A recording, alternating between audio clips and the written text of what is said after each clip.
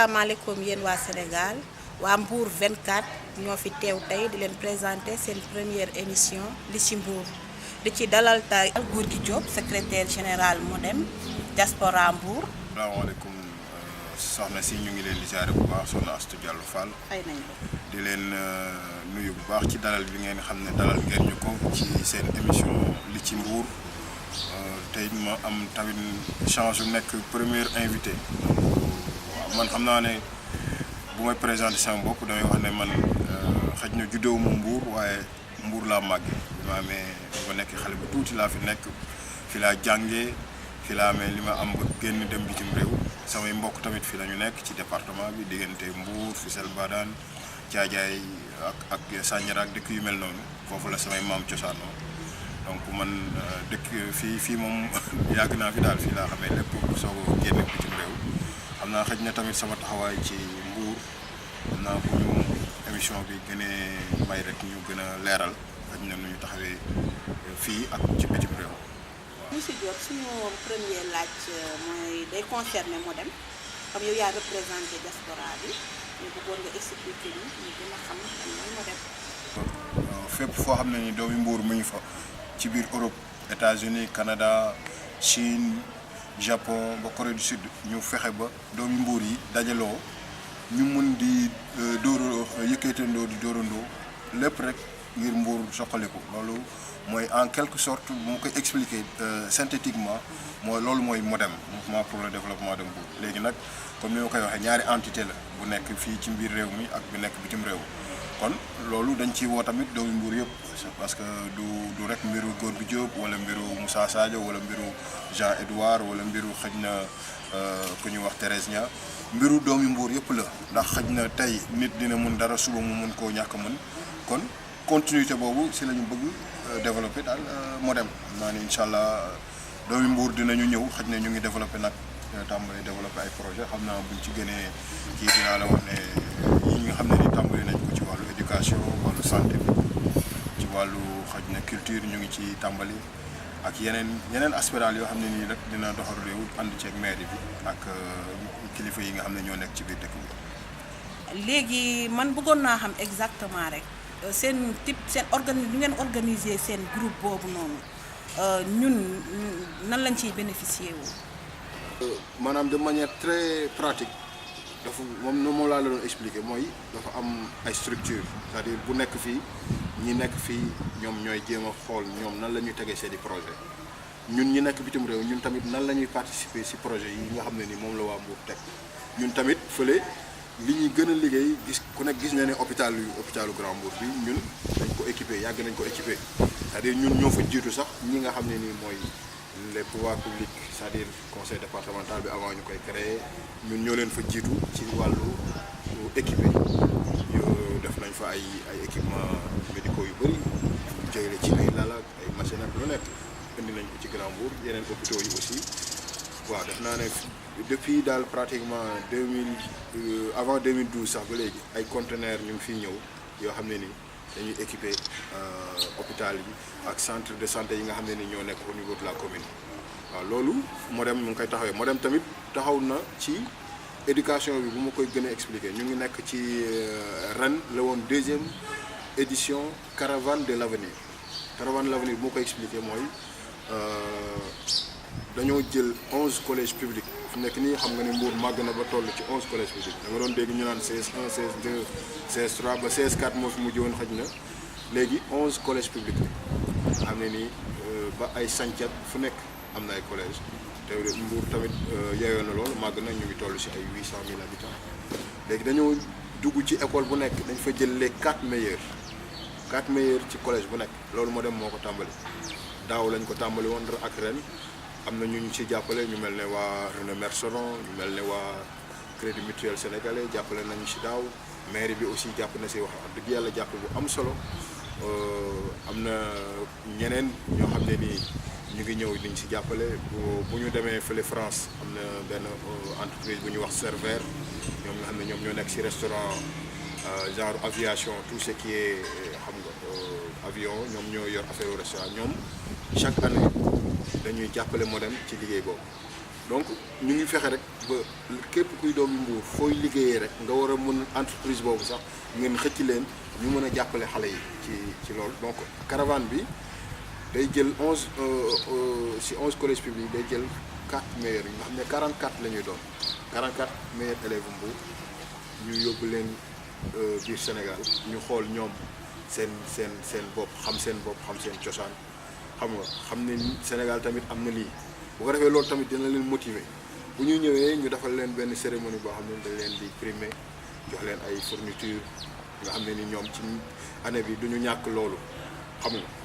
naa tamit ñu ngi koy gën a développé waat ci wàllu nu mu tuddati genre parrainage nga xam ne ni kenn ku nekk doomu Mbour bu mën ci 44 yooyu di nga ci jël kenn di ko siiw njàngam lu si manqué nga topp ko xëj na ak ñu ngi jéem a amélioré daal xam naa tamit waa Mbour dinañ ci ànd ak ñun ak mairie bi ñoom tamit jàpp nañu si bu baax vraiment ren surtout inspection départementale ñoom daal ñëpp ñu féete wàllu éducation bi. population bi coono bu mu daan am bu njëkk ci faju moment bi ñu toll waratuñ koo sentir damay joxe exemple fii ci hôpital bu Grand Mbour ndaxte da ngay gis tey jii boo demee di faju il faut nga débourser une certaine somme bu mat te da ngay nekk ci cas bu critique boo ko amul duñ la faj te pourtant léegi ci wax nee nga ma yéen a ko équipé yéen ay topp affaire yi di leen jàppale ci lu bari kon loolu war naa mën a feeñ ñun ci waa askan wi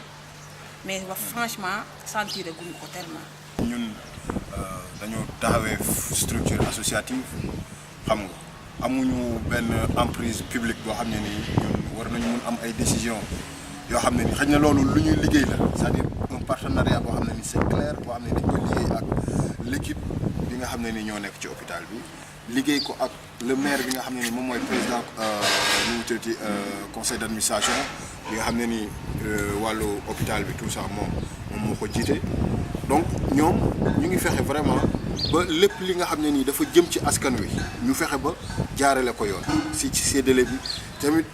comme ni nga koy waxee rek santé dafa fi nekk nii maanaam da ngay nit dafay feebar sax du bëgg a dem faju ji du am lu ko yóbbu pour mu dem faju yi léegi kon nan la ñu war a mën a def ba ku amul sax waaw léegi nag président Macky Sall wax dëgg yàlla am na lu mu indi woon mais est-ce que semi boobu noonu est-ce que c'est complet c'est-à-dire loolu waaw léegi mbir mi ça devient encore beaucoup plus global ñun àgguñu woon peut-être niveau boobu ñun niveau c'est-à-dire participation jéem a indi suñu contribution ci li nga xam ne nii mooy structure de santé en termes de matériel en termes xëy na d'expertise peut-être mën nañu xool am na parce que am na ay yu ñuy tàmbali ci doomi Mbour yi nga xam ne nii ñoom seen xam-xam jëm na ci wàllu médecine ñu fexe ba créer ay genre centre de recherche yooyu xëy na tamit impulsé woon nañ ko am na ñu ngi ci tàmbali mais amagul woon décision claire boo xam ne ni au niveau du MODEM sax amagul décision claire mais yoo xam ne dañ koy impulsé la ñu ngi ciy nekk je pense que ne au fur et à mesure dina war a gën a mën a développer.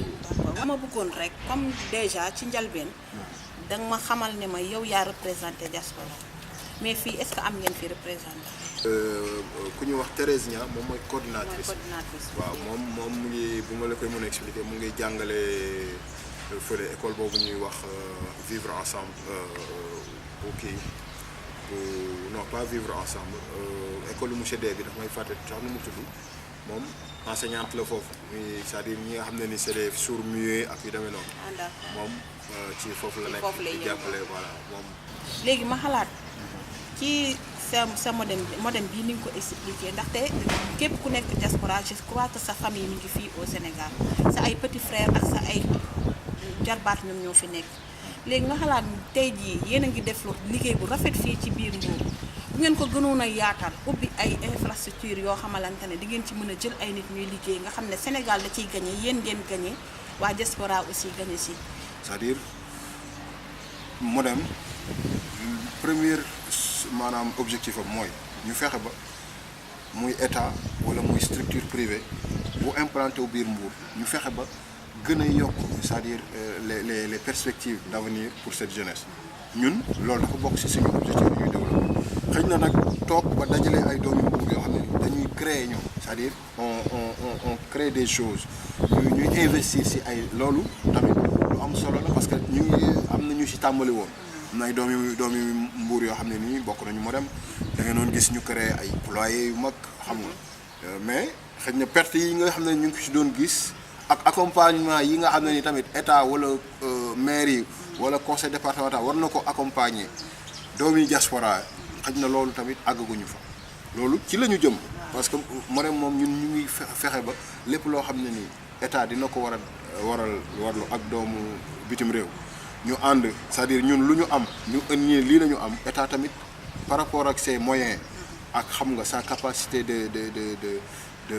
coordonner moom ñu liggéey ak ñoom ci ay projets parce que tamit fi mu nekk nii il faut que ñu dem vers des projets yoo xam ne ni ça va créer au moins des milliers d'emplois au niveau de Mbour parce que fi mu nekk nii la jeunesse moom mooy avenir te bu ñu demee ba nga xam ne nii xale yi da ngay génn da ngay toog gis leen benn boutique fukki xale toog fa di waxtaan xam nga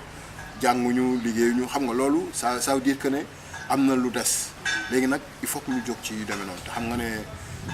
fu chômage am rek après délinquance day ñëw ci ginnaaw am na yeneen ak yeneen surtout ci jigéen ñi prostitution gis nga ne fu nekk ni première source de revenu bi nga xam ne ni moom la département Mbour am xale yi ñoom ils pensent que tourisme sali pour ñoom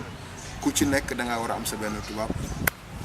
mooy tekki nga loolu noonu bu ñu demee ba toll foofu c'est-à-dire que c'est critique nekk ni moom amatul toog xale yi moom ku toog yaa ko def Pastef tijji na bunt yi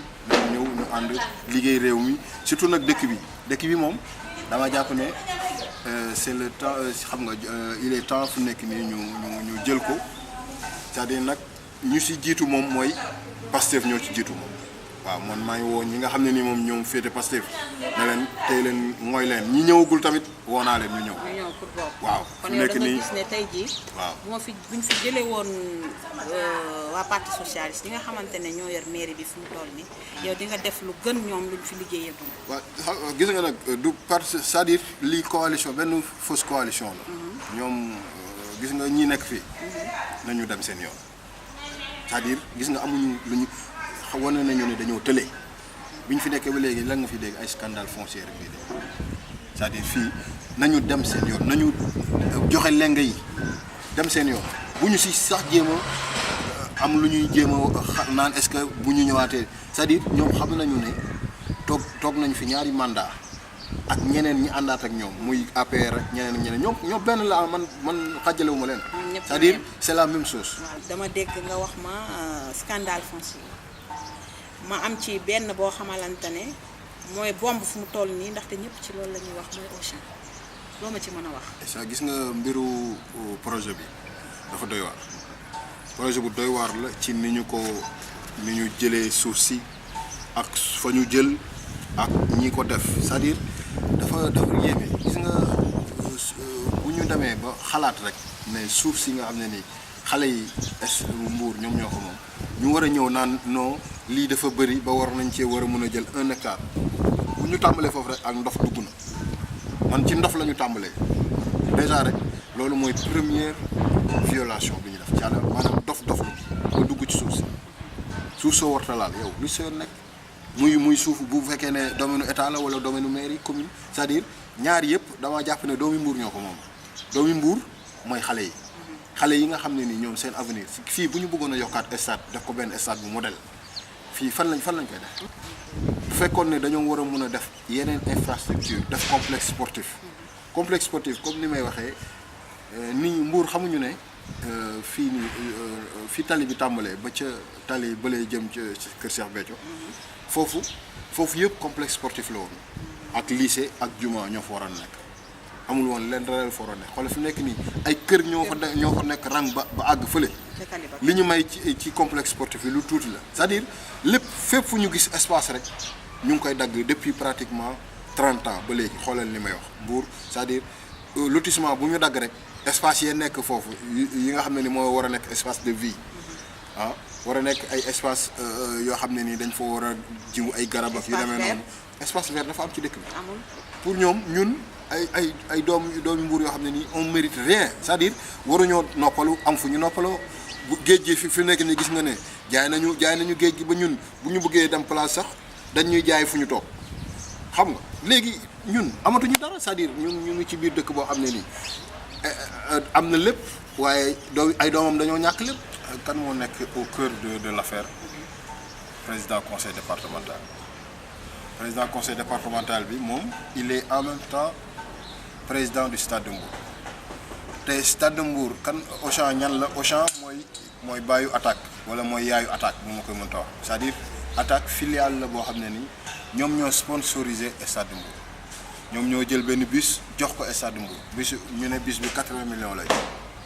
léegi 80 millions yi ba mu duggee ba léegi suuf si déggatul maanaam jàmm ci la ñu tàmbalee ndax suuf si sax bu ma tàmbalee man mbir mi bu mu tàmbalee dama woote depuis le début dama wootee Thiès ci direction urbanisme bu Thiès régional pour wax leen laaj leen naka la mbir yi demee ci suuf si nga xam ne ni dagg nañ ko fii ak 30 mètres bi nekk biir Liberté ndax 30 mètres bi jógee ci hôpital bi nii jaar ni romb stade bi yéeg ba biir Liberté jëm kër Cheikh Béthio na lay foofu noonu 30 mètres bu structurant c'est-à-dire Mbour foofu lay nooyee. ma ne léegi nag man doomi Mbour laa tey je suis urbaniste man ma ne il faut que ma xam yenn disposition ñoom lan la ñu jël pour mun a dagg suuf si fan la ñu sikkandiku dama wootee foofu Thiès ndaw si moom dafa daw na dama daal sa waay mën nga woote Mbour danaa la jox numéro sàngam nga woo diw sàngam mu leeralal la bi ma jëlee numéro bi moo woote ku tudd Diouf nee nañ ko moom mooy kilifa gi urbanisme moom ci boppam moo woo ko présenté wu ne ko man la diw fii laa nekk lii laa soxla ci ay question ma ko laajee mu xaw a mer ci li ma ko laaj. waaw mu mer léegi nag mbiru jàmbur soo ko yoree ñu la ci laaj war ngaa mun a am benn immunité boo xam ne da nga ci répondre c'est-à-dire service public ngay gérer tu es benn responsable boo xam ne tu es un service d'urbanisme bu fekkee ne ay nit soxla nañu laaj la da nga leen di tontu man nag bi ma ko laajee ne ko yenn disposition légale ñoo leen permettre ngeen joxe suuf si ndax suuf soo xam ne nii c'est déjà délimité par des plans directeurs d'aménagement wala ay plans d'aménagement de zone yoo xam ne ni dañu ne fii commerce lañ fiy def fii sport lañ fiy def fii dara du fi am lu dul espace vert wala yu demee noonu loolu noonu mooy plan d'aménagement de zone ñu ne kat lii moo définir suuf si yéen nan ngeen def ba war a mun a teggi loolu nga xam ne nii code de l'urbanisme encadré na ko code des collectivités encadré na ko code de l'environnement encadré na ko ma laaj leen question yooyu waa ji bu ma ko laajee mu ne dama koy menacé ba pare mu tegal ma si suuf si nag am na ñu ko laajoon ci jamono Ablaye Wade kon mbir mi du question mbiru Macky Sall accès la yàgg nañoo lor ñu suuf si ci période Ablaye Wade la am ku ñëw ne soxla nañu foofu 1 hectare te 1 hectare yi ñoom ñu ko soxla woon mooy groupe boobu ba tey waaw léegi mbir mi daal mbiru complot bu nekk ci ginnaaw la mbiru conflit d'intérêt la bu ma koy leeral c'est-à-dire mbiru sa bopp la c'est-à-dire ku ci nekk am na ci loo xam ne nii bëgg nga ko ci këf mbiru ceeli la waaw mbiru ceeli la ceeli bu gis ñam ne yeneen ceeli yi gis ñu ne nan lañu kan mooy ci njëkk wala kan moo ci ëppale mbiru loolu mooy conflit d'intérêt c'est-à-dire bu ñu toogee mbiru jiiroo la loo moomul jiiroo alalu askan wi mooy alalu xale yi loolu bu mu koy tënk mbiru Auchan noonu la demee mu nag def nag ay mbiru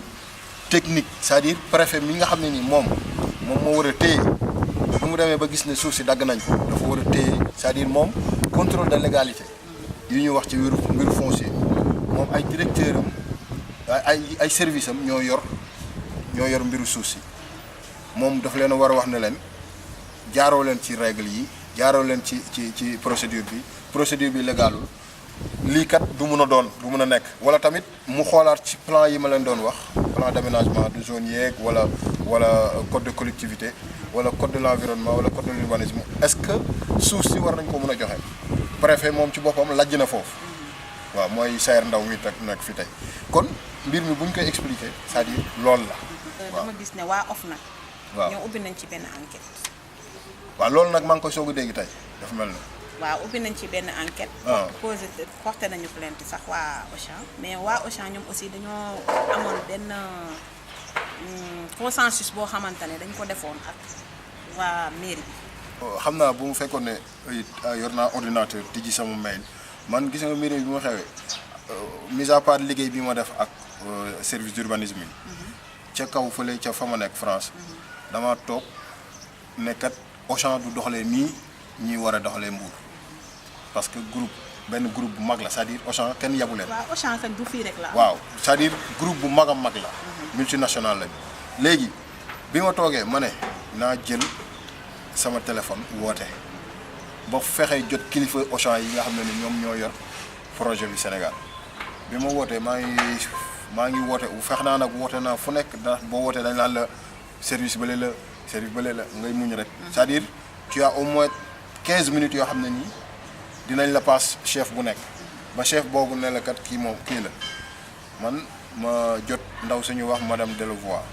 moom mooy chefu ki nekk fii mu ngi tudd Laurent Leclerc moom mooy directeur Auchan Sénégal moom moo yore projet bi moom moo ñëw fii nasaraan si gars yi jox ko suuf si man damay jàpp ne sax suuf mbirum mi gis nga muy booy fàttaliku suñ njaayu jaam ni na mu nekkoon ndax dañuy jël benn pakoti seetu jox ko suñu maam yi ñu jël ay ñu ant na jël ay seeni doom yi mag wala jël leen jaay leen c'est-à-dire mbir mi noonu la demee fii ndaw si nee naa ko yéen seen bopp dafa am collectif bu taxaw dinañu topp Auchan wane ne Auchan ni mu def ba am suuf si baaxul te xam naa ne yéen tamit du ngeen ko nangu ndax war ngeen a mën a développer leneen lu dul développer ay centre commercial ak Mbour parce que Mbour c'est une commune de pratiquement 800 000 habitants ba pare ñu nekk ci département boo xam ne ni on est autour de 2,5 millions d'habitants war ngeen mën a développer lu raw ñëw taxaw fii teg fi seen boutique te centre commercial bi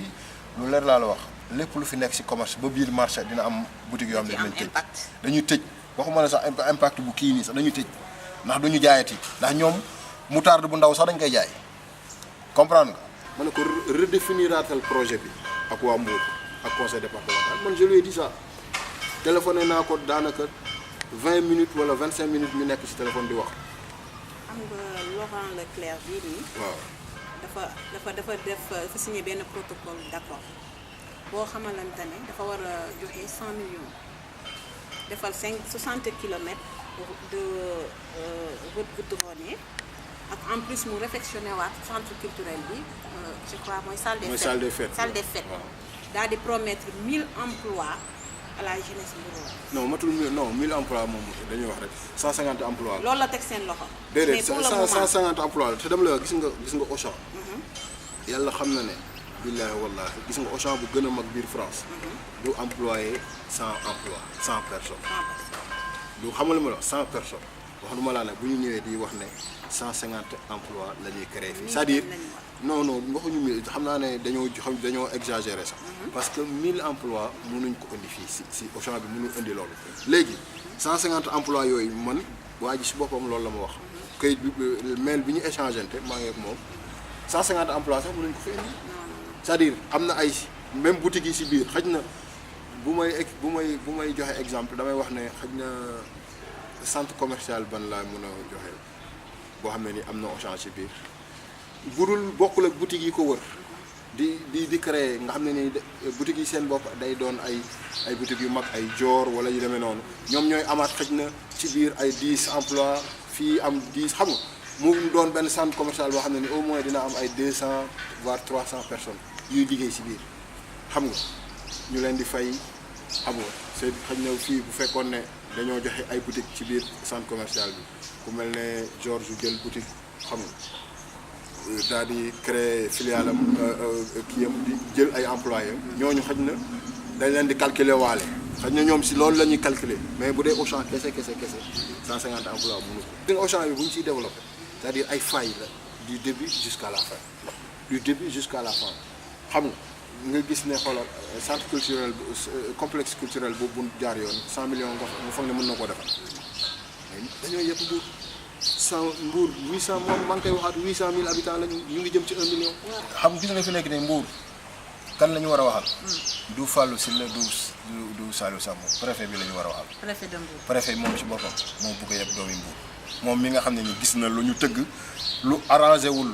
doomi Sénégal waxtuma laa doomi Mbour moom mu bàyyi mu war ko bàyyi mu dem c'est-à-dire premier responsable ki nga xam ne moo war a coordonner mbir yi mooy préfet.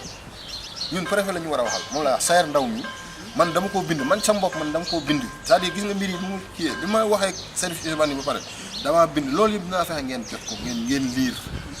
dama ko mettre devant ses responsabilités dama ne ko lii yow yaa ko war a lijjanti amul beneen keneen ko fi nekk di ko lijjanti ndax ñii mun nañoo méconnaître luy développement wala luy seen rôle ñoom mais yow da nga fay nekk pour rappeler leen ñoom lii lañ war a def lii lañ war a def parce que préfet moom moo fi nekkal état bu maire yi waree dëng wala conseil départemental ñu ne leen ah kaay leen yeneen services yi pareil c'est-à-dire moom il est le coordonnateur du développement c'est-à-dire du territoire département de Mbour yëpp préfet moom war a contrôler préfet nag moom mooy premier responsable bi nga xam ne moo indi liggéey bi ba mu agsi fii moom la ñuy waxal. Et le président n'est pas au courant. gars yi ñu ngi ne Macky Sall a ngi ci ginnaaw. mais moom Sénégal émergent bu muy wax Macky Sall yebul Sénégal moo yebul doomu Mbour. gis nga y aura rien d'émergent ci affaire bi. avec ouais, c'est ça. c'est-à-dire ça va faire immerger beaucoup de choses mënu ma la wax nii gis nga lépp lu wër Auchan bi ci ay boutiques. dañuy daanu gis nga supérette yoo xam ne ni dañ doon jaay ba pratiquement 1h du matin léegi ñu tëj xam nga te gis nga ne Mbour fii nit ñi dañuy dox ba benn heure ba pratiquement 2h 3h du matin voire même 5h nit ñi dañuy dox te dañuy jënd. waaw léegi loolu yéen lan ngeen ci mën lu ngeen ci mën a jéem pour jàppale waa Mbour. waaw foo jéem maanaam mën gi mooy déjà doomi Mbour yi nañu dajaloo. aussi parce que tamit xam nga bu benn nit wala ñaar wala ñetti nit di wax rek. xëy na dinañu wax nit ñi lu ñu mën a dégg mais bu fekkoon ne ñëpp jóg nañu Macky Sall ci boppam dina xam ne waa Mbour jóg nañu te lii bëgguñu te moom ci boppam xam na ne Mbour moom am na lu mu ko may. loolu aussi il faut kon ñu sensibiliser nit ñi ñu xam réellement. loolu damay wax ne. gis nga dafa am benn rôle bu garaaw bu ci journalistes yi joué. dama mettre journalistes yi en tort c'est-à-dire ñoom aussi gis nga dañu doy waar parce que gis nga bi ñu xoolal rek ñoom seen bopp sax am na ñu ci accusé ci mbir mi. xam nga ñu ne am nañ ci ay mbir yoo xam ne ni ñoom xam nañ ko ci te waxuñ ko wala yu demee noonu. bokk nañ ci journalistes yi gis nga man pour man les premiers gens yi nga xam ne ni ñoo war a leeralal askan wi muy rajo yi. xoolal Mbour ñaata rajo ñoo fi nekk. ah te Auchan débat bi ñu war a teg Saliou Samb teg même tubaab bi sax dañ ko dem war a woowi c'est-à-dire gis nga fii gis nga mbir yi dafa war a leer ñu xam Auchan bi nan lañ ko joxe xam suuf si nan lañ ko joxe Auchan ndax liggéey bi dina dakk liggéey bi dañ ko war a dakkal te préfet moom war a wax ne nañu arrêté liggéey bi xam nga moom si boppam keroog bi ñuy def pose de première pierre bi. moom si boppam wax na ne mbir mi leerul am na ñu signé wul ak yu demee noonu. parce que fii defe naa ne Saliou Samb moo coordonné affaire yi fii. lu tax ñu bàyyi Saliou Samb moo coordonné c'est-à-dire moom laa gis nga depuis le début ay fay rek c'est-à-dire ci ay kamb rek la ñuy dugg kamb sur kamb c'est-à-dire ñu ngi gën a dugal seen bopp bu yow bu fekkee ne da nga am benn partenariat boo créé ak Auchan créé le partenariat mais yow. tout ce qui est recrutement du yow yaay recruter lu Auchan yow Auchan moom moo la gën a xam lan mooy jënd ak jaay ñoom ñoo la gën a xam. ak li ñu soxla. waaw ak li ñu soxla yow nga ne yow yaa leen di recruter c'est-à-dire loolu si déjà rek moo faussé mbir mi bu fekkee ne noonu la demee ñoom dañoo faussé mbir mi c'est-à-dire benn structure bu indépendante boo xam ne ni dina ànd ak Auchan ñu liggéey parce que Auchan moom moo xam kii moom ndax mun na jaay yàpp wala kii mun na def benn caissière xam nga. wala kii mën na def genre nu mu tuddati kii de caisse xam nga ay genre yu demee noonu li nga xam ne nii moo war a développer centre commercial léegi bu fekkee ne dañoo dem ba ñu ne conseil départemental mooy recruter mais c'est inadmissible. il paraît ñoom dañ ciy am seen ay quota. mooy àgg si quota sax dafay mel ne sax dama d'accord Auchan bi taxaw xam nga c'est-à-dire Auchan bi na fi jógee. dégg nga ma la Auchan bi maa ngi ñëw ba pare bala maa ñëw si quota yi. gis nga Auchan bi déjà. xam nga boo d'accord booy wax sax développe sax si quota yi dafay mel ne da nga cee d'accord wala da ngay mel ne kat xam nga ne bay woy na mbuus déedéet mbir mi dafay dakk c'est-à-dire le projet n'est pas bon fi ñu ko def du foofu nañ ñu man dama lay wax man bu ma génne woon sama carte dama lay woon damaa am sama carte Auchan bu ma soxlaa dem Auchan fa laay dem may def samay course xam nga moom laay fayee samay carte Auchan la moom laay fayee bu ma duggee Auchan léegi loolu noonu man doomu Mbour di dem Auchan di duggi ñëw fii bañ Auchan nekk fii damay wax lu ma neex léegi nag bu ma sañoon Auchan nekk Mbour ñu développer yeneen aspect laay wax yeneen aspect mais gis nga recrutement boobu noonu ñuy wax recrutement yi du mën a jaar yoon parce que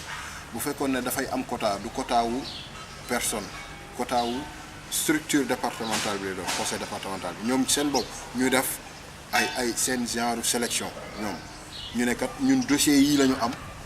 nañ ko jox Auchan mais du question ne kii doomu diw la wala Saliou Samb sama xarit la wala. lu foofu la nag parce que si ñun lu ñu jot a am ñoom noonu la ñu defee seen recrutement da ngay gis koo xam ne am na compétence def na formation génne ay diplôme am na aptitude pour gérer une caisse ñu jëlee ko fa jël koo xamante ne amul benn aptitude yóbbu ko Dakar di ko defal formation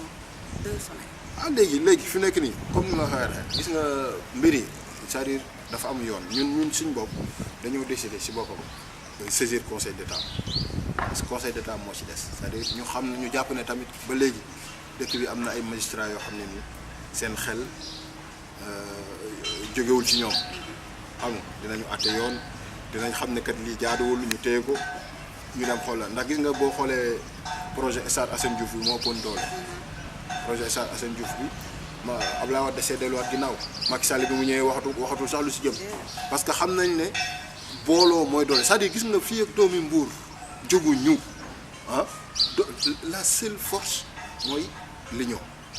mais il faut kenn moo leen di respect waaw mais bon mbir mi xew ba léegi ñu wax ñu ngi bind ci Facebook bi ñu ngi def lu nekk léegi nag ñan ñooy jóg c'est-à-dire ku nekk jàpp na ne da ngaa war a toog sa kër gu sedd naan sa ataaya wala xale yu jigéen yi dem plage wala feneen ak feneen dem seen ngénteeg yu demee noonu pour ñoom loolu mooy développer Mbour nañu dem gars yi ñu ngi jaay Mbour de ñu ngi jaay dëkk bi de. ba ñu waxee Auchan avant may comprendre je pensais que noonu lay doxee parce que élevage am na fi agriculteur yaa ngi fi domaine yëpp ñu ngi fii moment bi lépp loo xamante ne Europe ñu ngi koy defar rek ñu am nañ ko fii suñu réew kon pourquoi koo xamante ne fermam la yor fële produit yëpp moom moo koy indi fii biir Sénégal bu paree génneewaat monnaie bi fii biir Sénégal mais loolu ñun amuñu ci benn apport. croissance bi nga xam ne nii Auchan dina ko développer lépp ça va vers l'extérieur ça va vers la France moom laa wax ni gis nga volonté politique moo am solo ci biir réew fii ak amuñu volonté c'est-à-dire créer des choses de ce genre xam nga doomi Mbour xale yi bi activé wu tourisme bi ñu def ko en fait un tourisme de métier pas un tourisme boo xam ne nii c'est événementiel c'est-à-dire ñu créer ay métiers yoo xam ne nii restauration hôtellerie ak yeneen parce que fi nekk ni service moo am doole ci lépp loo munti def même le commerce service daf ci am doole nan ngay jaayee bonne façon ngay jaayee xam nga yooyu yëpp c'est-à-dire c'est un métier maintenant lépp dañ ko def léegi nag bu fekkee ne conseil départemental ñoom ñoo yore loolu responsabilité boobu nga gis leen ñuy def li ñuy def ban xalaat ngay am yow yow yaakaaratoo dara loo xam ne ñu war na mën a léegi nag yaakaar bi pour man tasagul ndax fii ak ñun doomi Mbour jeunes yi jëluñu suñu responsabilité ñëw teg mbir yi daal di koy doxal damay jàpp ne ci kàmb gi rek la ñu jëm. waaw moo dem pour man lu ñu waroon a gën a xeex mooy lii Auchan ñëw def yéen a ko su waroon a def. waaw mais moo dem aussi xam nga du benn nit du ñaari nit comme ni ñu koy waxee ñooy ñëw rek commencer c'est-à-dire il faut que tout Mbour. Mbour dina ci participer. waaw mais il faut que mais yéenay doon leader bi mooy lan yéenay indi seen financement pointé nit ñi nga xam ne dañuy dem retour vers la source ku si nekk di ñenn ñi nga xam ne dañuy ne fi di traîner di taxawaal ñu retourner seen ay villages peut-être yéen ngeen ut ay pompes pour irrigation bi ay engrais pour affaire yi gën a dox léegi yéen produits yooyu au lieu ngeen koy dem di ko commander Europe ngeen dem si see yooyu nga xamante ne déjà yi structure yooyu yëpp yéen a ko fa taxawal da ngeen di jël jaay doog a xam nan ngeen di organiser woo ak ñi nga xamante ne ñoo doon liggéey. waaw mais il faut comme ni ma ko waxee il faut état nekk suñu ginnaaw tam c'est-à-dire gis nga lu ñu munti nekk fii dañ projet bu dul projet jinne taxawal nañ ko fi gis nga xool dañ ñoo bloqué. bàyyi ñii nag dañ ñoo bloqué c'est-à-dire pour ñoom ñu en fait ñun ñu nekk bitim réew dañ leen di jaay affaire muus xam nga wala boog luñ ci mënta am luñ ci yaakaaroon ne kat lii mën naa cee am dara du ñu bàyyi mu dem wala luñ la sax tal dañ naan la amuñu temps non il faut nga ñëwaat bàyyil ba nga def nii xam nga c'est-à-dire gis nga projet mbalit waaw dama lay wax. un projet boo xam ne ni c'est sur les ordures. Mbour gis nga ni mu tilimee. c'est-à-dire collecte valorisation loolu mënuma laa wax ñaata emploi lay créer plus de 1000 et quelques emplois loolu noonu dañ koo taxawal am ñuñ ci àndal war ko réfléchir ak mairie bi ba léegi ni état des lieux bi nga xam ne ni war nañu permettre ñu déclencher projet boobu ba léegi état des lieux boobu noonu ñun jotuñu si c'est-à-dire ñu wax ni ñun nan la ñu créer plan de collecte bi biir Mbour ñoom loolu la ñu soxla pour ñu mun commencer réflexion yi envoyer ay experts yoo xam ne dañu ñëw fii ñu liggéey ak ñi fi nekk ñu tax état des lieux boobu ba léegi benn c'est-à-dire mbind la boo xam ne ni xëj na ñoom ñi nekkee mën nañ ko créer en 9 week-end ñu liggéey si nañu kat c'est ça lii moo lañ fi def ci diggante 10 ans yi kat lii moo fi am ci wàllu mbalit nii la ñu def fii lañ ci yem fii lañ ci toll sareet yi ñoo koy def wala oto yi ñoo koy def ñu xam c'est-à-dire c'est l'état des lieux ñaata xaalis lañ ci def ñaata entreprise la ñu joxoon marché yooyu noonu nan la ñuy defalee document boobu ba léegi nii dara te loolu ay milliards yu bëri ñu ngi si ginnaaw yoo xam ne ni ñu ngi ko bëgg a indi pour doomu Mbour bénéficier wu ci mais ba léegi zéro mu ngi noonu léegi nag lii moo fi xew c'est-à-dire benn désordre boo xam ne ni kenn mënul xam fan ngay tàmbalee kenn mënul xam yow xamoo fan ngay tàmbalee pour yëg suqali Mbour. léegi nag le dernier mot monsieur Diop. amul dara loo xam ne ni def nañ ko de concret ci li leen jox donc ñu mel ni ñoo fi nekk ñoo nekk ci conseil départemental bi ñoo nekk ci conseil municipal bi ñoo nekk feneen ak feneen xam nga yuuxu nañu ba ñu jox leen poste yi te gis ngeen leen fi nekk ni zéro muy SAPCO muy gis nga waa SAPCO ci boppam léegi ñoom ñoo gën a sax ñàkkal fayda Mbour te ñoom Mbour ñoom ñi ko yore ñëpp Mbour lañ jóge te ñoom faalewuñu Mbour fi nekk ni ñoom ñu ngi développé leneen lu jom c'est-à-dire Mbour sax jëmalewuñ ko sax ci seen orientation kon mbir yu demee noonu la mbir yu demee noonu c'est-à-dire ces genre de choses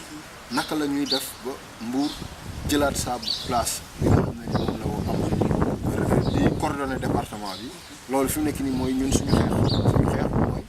moo tax ma ne désormais fi mu nekk nii on est sur le terrain fi mu nekk nii moom lu ñuy suñu borom jox rek ñu jël incha allah rabbi waaw muy mairie beeg conseil départemental beeg fépp fu mu doon désormais incha allah rabbi 2019 moom dinañ ñu gis ci terrain bi te on est là on est prêt. te du yomb. waaw moom waaw yàlla suñu borom moom incha allah dinañu ndamal bu soobee yàlla. mu lay jaajëfal monsieur Diop mu lay jaajëfal bu baax si sa teewaay bi tey ak sa temps bi nga xamante ne jëral nañ la ko defe naa li mu wax yëpp tey leer na expliqué na point yu bari ñun fii groupe Mbour 24 ñoo doon présenté tey émission bi li si Mbour leen jox dig daje le mois prochain jaa ngeen jëf.